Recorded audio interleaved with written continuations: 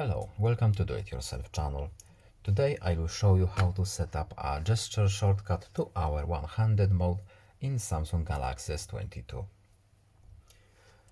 To access one-handed mode options, we need to go to Settings, then Advanced Features, and here we have one-handed mode.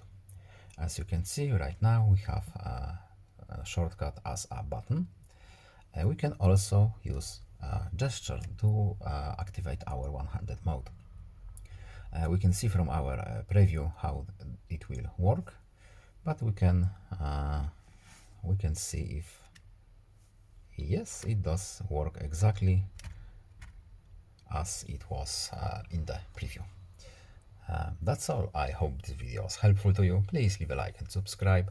Have a nice day and see you in the next video. Goodbye.